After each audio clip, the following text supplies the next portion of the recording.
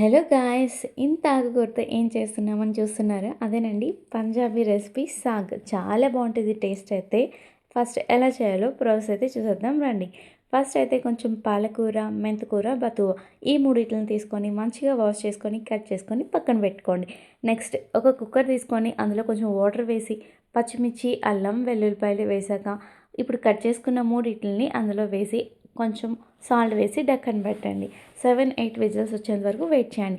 కాసేపు చల్లారిన తర్వాత అది మూత తీసినాక అందులో కొంచెం మక్కిక ఆట వేసి బ్లెండ్ చేయండి. మెత్తగా బ్లెండ్ అయిన తర్వాత వేరే కడాయి తీసుకొని అందులో కొంచెం ఆయిల్ వేసి ఆయిల్ బాగా వేడెక్కిన తర్వాత వెల్లుల్లిపాయలు ఉంటాయి కదా, అది బ్రౌన్ కలర్ వచ్చేంత వరకు ఫ్రై చేయండి.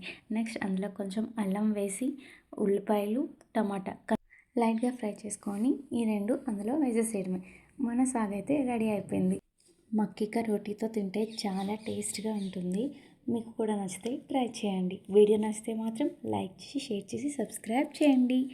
Don't forget to comment. Okay guys, bye bye. మళ్ళీ వేరే వీడియోతో మళ్ళీ కలుసుకుందాం. అంతవరకు స్టే ట్యూన్.